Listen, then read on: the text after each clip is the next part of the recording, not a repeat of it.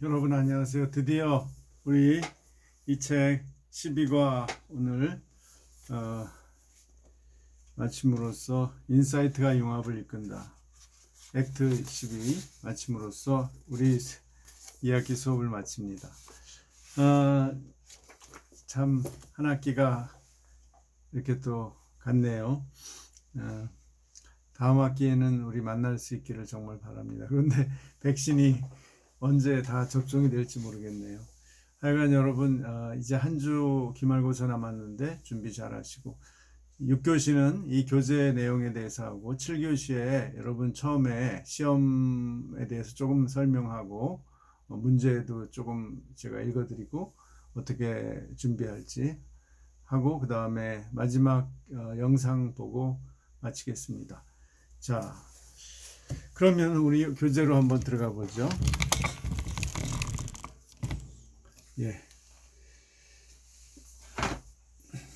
자, 이분이 이 저자인 최동원 씨인데요. 최동원 하면은 영상을 찾아보니까 옛날 그 롯데 자이언트 야구 선수 영상이 많더라고요. 이분은 그렇게 뭐 바깥에 널리 언론에 알려진 분은 아닌데 이제 LG 전자의 전무죠. 그러니까 아주 직장 내에서는 아주 성공한 분인데 한양대 전기공학과를 나왔고 헬싱키 대학, 미국에 있는 헬싱키 대학이라고 그래요. 저도 못 들어봤는데 거기서 MBA를 했죠. 여러분 MBA는 대학 졸업하고 이제 직장 생활을 하다가 하다가 그 경력을 인정받아서 이제 대학원을 하는 거죠. 경영대학원. 그리고 주로 이제 이런 융합 상품 이런 기획을 하는 책임을 맡고 있는 것 같습니다. 자, 이분이 이제 이야기를 한번 들어볼까요? 그의 생각은 이 책에 나온 걸 요약한 건데요.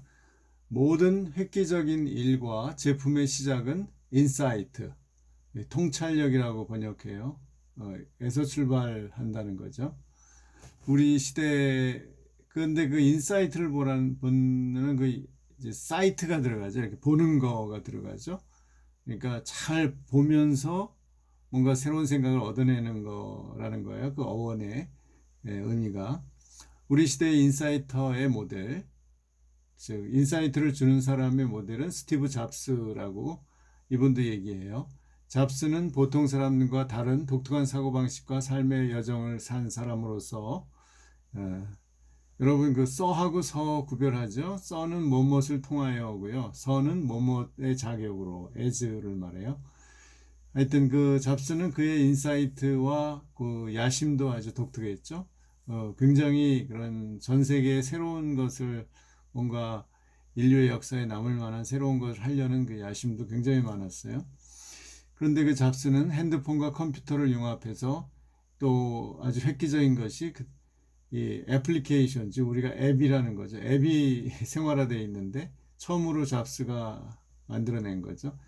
이 앱이라는 새로운 운영 방식들을 창안해냈죠.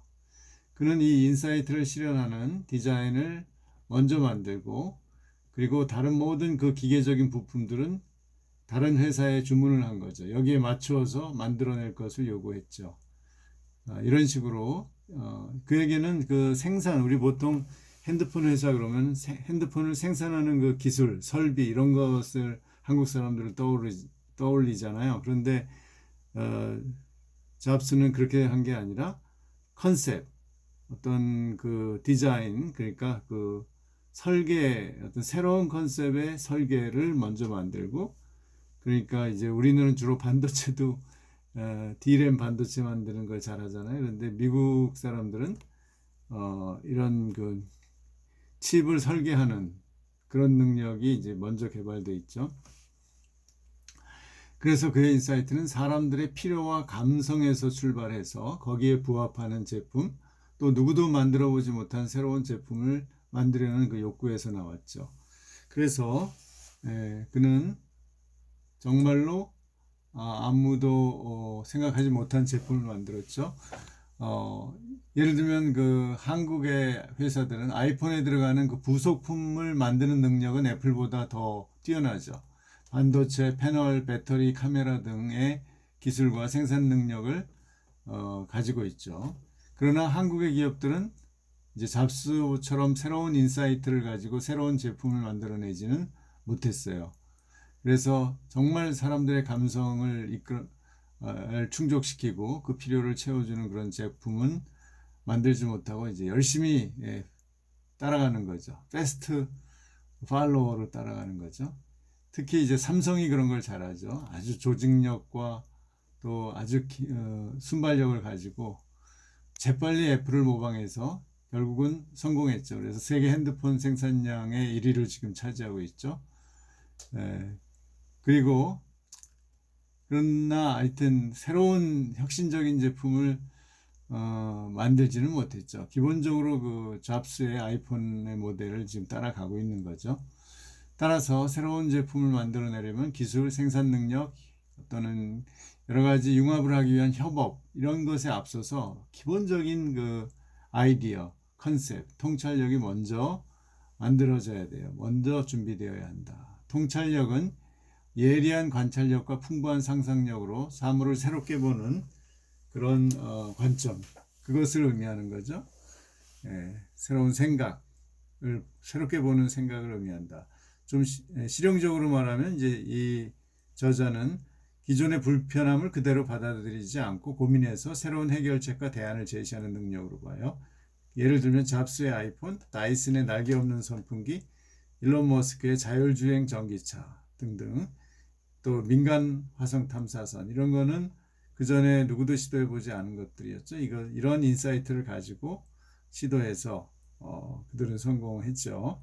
특히 이런 그 현대 와서 영미 계통의 영미 사회가 이제 굉장히 자유와 창의력을 좀 중시하기 때문에 또 엄청난 그 성공하면 엄청난 부와 혜택이 따르기 때문에 가장 지금 잘 만들어내고 있죠.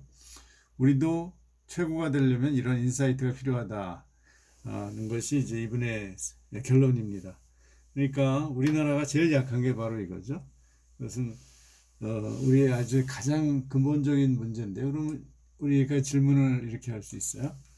자, 질문을 어떻게 하면 우리가 인사이트 능력을 길러서 새로운 인사이트를 형성할 수 있을까? 그 대답은 이미 우리 여태까지 많은 과목을 통해서 여기 얘기가 많이 나왔죠. 그동안 가정교육과 공교육에서 사회와 조직의 권위주의, 무조건 윗사람의 말을 따라서 해야 돼요. 그러니까 윗사람이 시키는 대로 해야 되는 거죠. 이런 권위주의 사회. 또 획일적 교육. 이게 자꾸 일방적으로 강의하는 게 안 좋은 거죠. 인사이트를 형성하려면 여러분의 인사이트가 자꾸 나와야 되는데 자꾸 제가 다 설명을 해버리고 토론하고 생각할 수 있는 시간이 교육에서 별로 없잖아요, 우리나라는. 그러니까 이제 우리가 이 정도에 머무는 것 같아요. 여러분이 다 잠재력이 있는데 새로운 인사이트를 자꾸 개발하는 그런 사회적인 구조나 교육 방법, 교육 시스템이 되어 있지 않아요, 아직. 그래서 여러분이 힘든 겁니다. 자, 그래서 이제 새롭게 이렇게 인사이트를 가지고 창업하거나 활동하는 것을 또 반기고 지원해주는 그런 시스템이 필요한 거죠. 우리가 이제 이걸 지금은 아직 안 그렇지만 사회가 급격하게 변하고 있기 때문에 지금 이쪽으로 가야 되는 것은 대부분 사람들이 다 동의를 합니다. 적어도 이념적인 차원에서는. 근데 실제가 좀 따라가지 못하죠. 자, 그래서 우리는 이 과목에서 적어도 이것이 필요하다는 것을 강조하고 생각을 할 기회를 찾는 거죠. 예를 들면 아이폰과 LG 옵티머스 폰의 차이가 뭐예요? 차이가 기본적으로 있나요? 자, 이게 옵티머스 폰이라고 그래요. 이게 이제 아이폰이고. 사실 상식적으로 볼 때 비슷하죠. 예. 조금 더 이렇게 기능을 새로 넣었거나 그럴 수는 있는데 기본적으로 아이폰의 아이디어를 LG 옵티머스 폰이 따라가고 있는 거죠. 그래서 지금 결국은 LG가 스마트폰 사업을 자체 생산을 이제 앞으로 중단하고 다른 회사의 생산을 맡기는 그런 쪽으로 간다고 그래요. 결국은 경쟁에서 이제 밀리는 거죠. 결국은 그 완전히 아이폰보다 새로운 컨셉의 그런 제품을 또 핸드폰을 만들어야 되는데 거기에는 지금 아무도 지금 그 인사이트를 가지고 실현을 해내지 못했죠. 뭐 그건 LG만이 아니라 다른 모든 회사들도 마찬가지고요. 뭐 롤러블 푼도 이 화면을 두 개를 잇는다 뿐이지 그 시스템 전체를 새롭게 한 건 아니죠. 자, 우리 선풍기 예를 보면 날개 달린 선풍기가 우리가 어릴 적부터 봐왔죠. 사용했고 전 지금도 사용하는데. 네, 그런데 다이슨이라는 사람이 새로운 혁신적인 그 인사이트를 가지고 만들어냈죠. 이제 요거 같은 날개인데 조금 요즘 새로운 방식이 이런 식이죠. 그런데 다이슨의 완전히 새로운 방식으로 날개 없이 바람이 나오도록 선풍기를 만든 거죠. 이런 것이야말로 우리는 날개 없이는 도저히 안 된다고 생각을 했는데 할 수도 있다. 그것을 한번 찾아보자 해서 만든 거죠. 수천 번의 실험을 통해서. 이런 것이 이제 혁신적인 아이디어를 우리도 낼 수 있어야 되는데 사실 어린아이들도 상상력으로는 이런 걸 생각하잖아요. 여러분 어렸을 적에 만화 같은 데서 인사이트를 얻어서 많은 상상을 했죠. 근데 그것을 잘하면서 다 우리는 그냥 불가능한 것으로 사장시켰죠. 그런데 이제 앞으로의 삶에는 이런 인사이트를 활용해서 우리의 삶을 만들어가는 게 필요하다는 거죠. 여기 미술 얘기를 하면 피카소의 그림인데요. 피카소가 10대 때 이미 이런 유화들을 그렸어요. 아주 피카소는 유화 그리는 능력이 뛰어납니다. 그래서 뭐 피카소는 이미 그 마드리드에 있는 그 미술대학 들어갔다가 중퇴하고 더 이상 배울 게 없다고 하고 파리로 가버렸죠. 그 정도로 그림을 잘 그린 사람이에요. 그런데 이 사람의 그림이 보면은 이제 이게 피카소가 그의 그림을 사주고 인상파 그림을 사준 화상, 이 그림을 사고 파는 사람인데 볼라르라는 유명한 그 파리의 그림을 사고 파는 그런 사람이 있었어요. 세잔느나 많은 다른 화가들도 이 사람이 그야말로 생명줄이었죠. 이 사람이 돈을 하여튼 가지고 그 그림 무명 화가들의 그림을 사줬으니까 그래서 그림들이 많이 남아 있는데 이게 피카소가 그린 판화입니다. 사실적이죠. 그런데 피카소가 1907년 이후에 이런 새로운 형태의 큐비즘 회화를 만들어내요. 1907년에 아비뇽의 처녀들부터 시작해서 이거는 정말 이건 이제 세잔느의 아이디어를 더 극단화시키고 인물 초상화에 적용을 한 거죠. 이렇게 사람을 그릴 때 면을 나누어 가지고 각각의 색깔과 이제 면에서 명암 이런 것들을 따로 해서 조합을 하는 식으로 그린 거죠. 그렇지만 이 볼라르라는 사람의 그 개성이 아주 여전히 잘 드러나고 있어요. 이 큐비즘, 입체파식으로 그렸지만 이런 혁신을 가져왔죠, 피카소가. 바로 이런 겁니다. 혁신이라는 거는 결국은 보는 관점을 새롭게 하는 거죠. 이렇게 이런 사실적인 유화, 이거는 웬만큼 잘 그리는 화가들은 다 이 정도는 그리죠. 그러나 이런 새로운 혁신적인 그림은 그 전에 아무도 생각해내지 못했죠. 바로 이런 것이 인사이트입니다. 새로운 관점. 그러나 처음에는 이게 무슨 그림이냐고 이제 비난을 받거나 무시당했죠. 그러나 결국은 오늘날 큐비즘이라는 것은 아방가르드 20세기 전반기에 가장 대표적인 새로운 회화로 인정을 받고 있죠. 일종의 지금 뭐 포스트 모더니즘까지 이어지는 그런 새로운 회화의 시작이라고 할 수 있겠죠. 바로 이런 것이 이제 혁신적인 인사이트입니다. 이런 것들을 어떻게 우리가 길러내고 또 유지하고 우리의 삶에 적용을 할 것인가, 우리의 사회생활에도 적용할 것인가, 그것이 우리의 과제죠. 예, 이것이 이제 책의 내용이고요. 자, 그 다음에 영상을 좀 보겠습니다.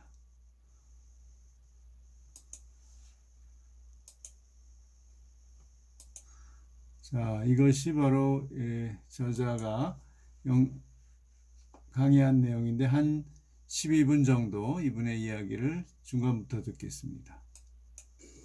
융합이라고 하는 거는 스티브 잡스 같은 사람만 하는 거는 아니었었더라. 즉 스티브 잡스는 뭐 워낙 천재니까 그 사람이 아이폰이라고 하는 그런 컨셉을 세상에 없던 걸 처음에 만드는 건 굉장히 대단한 일이었지만 그걸 딱 생각해냈고 그 다음부터 제품화하는 과정은 뭐 사실 우리가 더 잘할 수 있었던 요소가 우리가 너무나 더 많거든요. 그런 것들을 간과했던 것들을 지금부터는 한 곳에 모으기 시작하는 겁니다. 제가 하는 일은 사실은 모으는 일뿐만이 아니라 제품을 잘 타겟팅하는 것부터 시작을 합니다. 컨셉을 잘 만들어 놓고 디자인까지 확정해 놓고 그 다음에 이제 이런 제품들을 만드는 거죠. 뭐 디스플레이는 디스플레이대로 최고의 디스플레이 패널을 만들어 갈 거고 이노텍이나 화학도 자기가 갖고 있는 그런 기술들을 만들어 나가고 그것들을 잘 누군가가 합쳐주면 아마도 아이폰이나 기타 다른 그런 제품보다도 훨씬 좋은 제품들을 만들 수 있을 거다라는 그런 자신이 이제 생긴 것 같고요. 또 그걸 하는 데 있어서 계열사 간 융합과 시너지와 그렇게 되면 차별화를 하는데 훨씬 더 좋은 효과가 있을 것이다라는 생각을 이번에 많이 하게 되었습니다. 그래서 LG전자에서는 이번에 그 시너지 상품 계획이 그래서 생겼고요. 앞으로도 이제 더욱더 좋은 제품들을 이렇게 해서 이제 만들 그런 계획이 있습니다. 그래서 한번 옵티머스 키와 갤럭시와 아이폰을 한번 이렇게 보시면 첫째 뭐 CPU가 뭐 딴 거보다 약간 높고요. 그 다음에 두께도 갤럭시보다는 좀 얇고 그 다음에 터치 기술은 G2라고 해서 가장 손에 가까이 있는 캐패시티브 터치를 사용하고 있고요.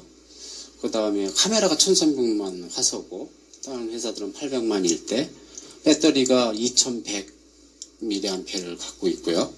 근데 저런 스펙이 지금 보면 다른 회사들도 저런 거 나올 텐데 아마 내년쯤 되면 아마 지금 옵티머스 G의 스펙이 딴 전화기도 아마 다 달릴 겁니다. 그러나 1년 반 전에 저거를 기획하고 저런 스펙을 만들겠다고 한 그 사실을 저희는 좀 잘 생각해야 할 것 같아요. 그래서 물론 뭐 옛날 방식대로 했으면 도저히 상품화가 안 됐을 텐데 저런 걸 정해놓고 저걸 만들기 위해서 그 기술을 갖고 있는 사람들이 융합되고 시너지를 일으켜서 결국은 1년 반 만에 제품을 냈다는 거가 상당히 저희가 시너지를 얘기할 때 좋은 예로 저희가 얘기를 할 수 있을 것 같습니다. 그래서 이제 스티브 잡스 뭐 자서전에서 나온 그런 내용일 것 같은데 뭐 저런 얘기를 뭐 했다 하고요. 저거 가만히 이렇게 읽어보면 역시 뭐 천재는 역시 생각하는 게 좀 다르고 저렇게 생각을 하면은 누구든지 차별화 제품과 혁신적인 제품을 만들 수 있는 그런 가능성이 뭐 있겠구나 그런 생각이 들죠. 근데 제가 이제 하나 더 말씀드리고 싶은 거는 융합 굉장히 중요하고 그 다음에 시너지 굉장히 중요하고 같이 모여서 일을 하는 것도 중요한데 사실은 그러한 일들은 인사이트라고 하는 어떠한 사물을 보는 통찰력이 바탕에 깔려야만 시너지나 융합이 제대로 빛을 발휘할 것 같아요. 지금 무슨 얘기냐면 타겟이 정확하게 정해져야 되고 어떤 제품을 만들겠다라고 어떤 우리가 어디로 가겠다고 하는 그러한 방향이 잘 세워져야 통합이나 융합이나 시너지 같은 것이 제대로 빛을 발휘할 것이고 만약 그게 잘못되면 괜히 뭐 다들 헛짓하는 것이니까 초기에 인사이트라고 하는 것이 굉장히 중요할 것 같습니다. 그래서 융합 즉 시너지는 반드시 인사이트를 바탕에 두고 저런 일들을 우리가 해야 한다고 생각이 됩니다. 인사이트의 의미는 뭐 사전적인 단어를 보게 되면 예리한 관찰력으로 사물을 꿰뚫어 본다는 의미를 가진 단어, 예리한 관찰력으로 사물을 꿰뚫어 본다는 의미를 가진 단어. 뭐 좀 어렵긴 하지만 그럴 것 같죠, 그렇죠? 인사이트라고 하는 거는 어떤 문제를 파악하는 통찰력이나 그 문제를 가장 이상적으로 해결할 수 있는 단서를 찾는 능력. 좀 똑똑한 사람들이 스티브 잡스 같은 사람들의 생각을 얘기하는 것 같아요. 그런데 실제로 인사이트라고 하면 좀 말은 쉽지만 저런 걸 어떻게 누군가 어떻게 만들어내겠어요? 근데 사실은 제가 인사이트를 딴 데 가서 우리 뭐 팀원들도 그렇고 제가 인사이트를 얘기할 적에는 뭐 저렇게 어렵게 얘기 안 하고 이렇게 얘기합니다. 인사이트는요 불편하거나 또는 보기 좋지 않은 것을 개선하고 보기 좋게 만드는 거가 인사이트입니다. 즉 인사이트 뭐 어떤 걸 그러니까 우리가 스티브 잡스처럼 아이폰을 발명하지는 못하더라도 역시 스티브 잡스도 저런 걸 기본으로 모든 디자인과 제품을 만들었는데 애플이 또는 저희가 생각하는 인사이트는 아주 쉽게 생각할 수가 있을 것 같아요. 모든 사물을 볼 때 우리는 항상 불편한 걸 느끼는데 그거를 그냥 불편하다고만 생각을 하는데 아주 간단하게 불편한 거를 안 불편하게 개선을 하는 게 전 인사이트라고 생각을 합니다.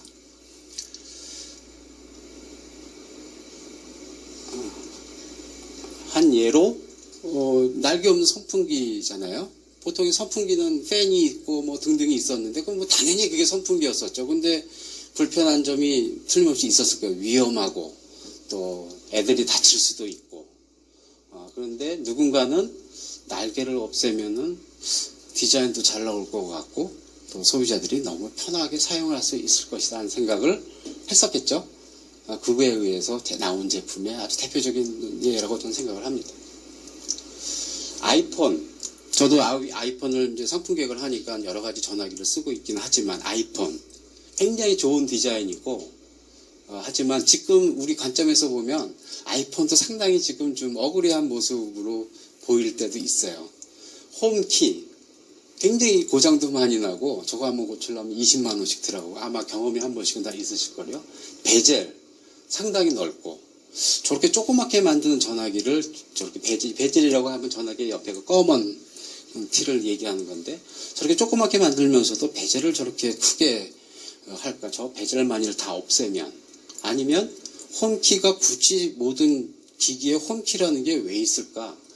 터치니까 손을 대면 켜지고 뒤집어 놓으면 한 1초 있다 자동으로 꺼지고 하면 홈키가 더 없어질 수 있을 텐데 그러면 훨씬 더 기계가 좋은 디자인으로 바뀔 텐데 뭐 그거에 대한 그 인사이트에 대한 그 개선 제품은 아직 나오지 않았지만 아마도 그런 쪽으로 사람들이 생각하게 뭐 될 거라고 저는 생각을 합니다.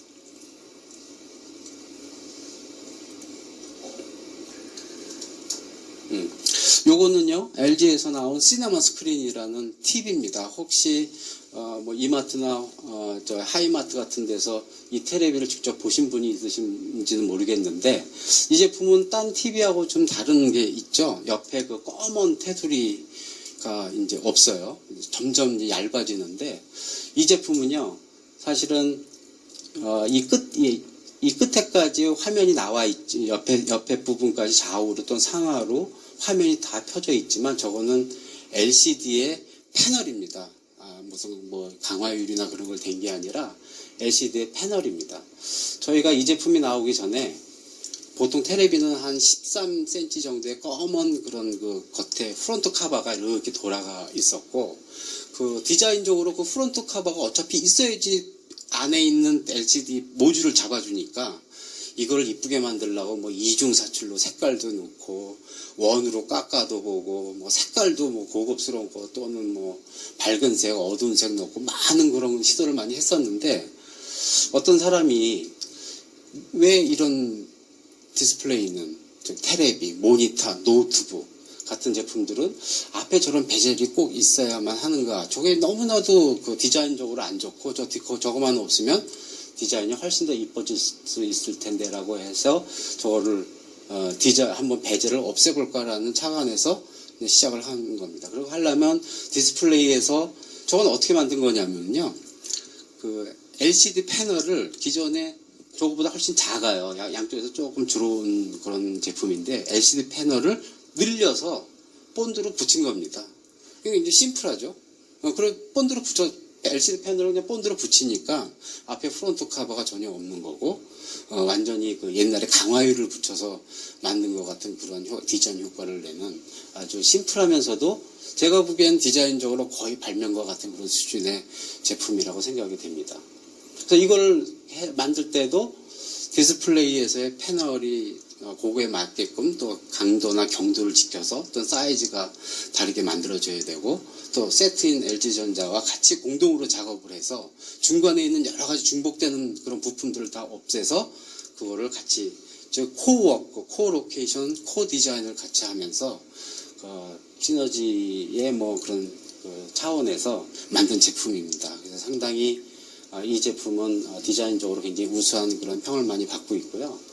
이런 것들을 한 예로 뭐 모니터에도 똑같은 제품이 있고 노트북에도 똑같은 제품이 있습니다. 이와 같이 인사이트라고 하는 거는 뭐 어렵게 생각할 수도 있지만 누구든지 인사이트를 생각해서 발굴해서 찾을 수 있지만 사실 또 아무나 하는 거는 사실 아닐 거예요. 뭐 예를 보니까 쉬워 보이지만 그래서 우리가 이제 이 각박한 이 치열한 IT에서 경쟁이 이기려면 그 시너지와 융합과 그 다음에 인사이트를 우리 같은 사람들 제조업에 있는 그런 사람들이 뭐 충만하게 다 갖고 있으면서 기라성 같은 세계의 애플과 같은 그런 회사들과 경쟁을 하기 위해서는 융합 시너지를 더불어서 인사이트에 대한 향상도 굉장히 중요하다고 생각해요. 도대체 그럼 인사이트라는 게 말은 좋은데 어떻게 이거를 발굴하고 개발시키고 모든 직원들이 그런 생각을 하게끔 하느냐. 사실은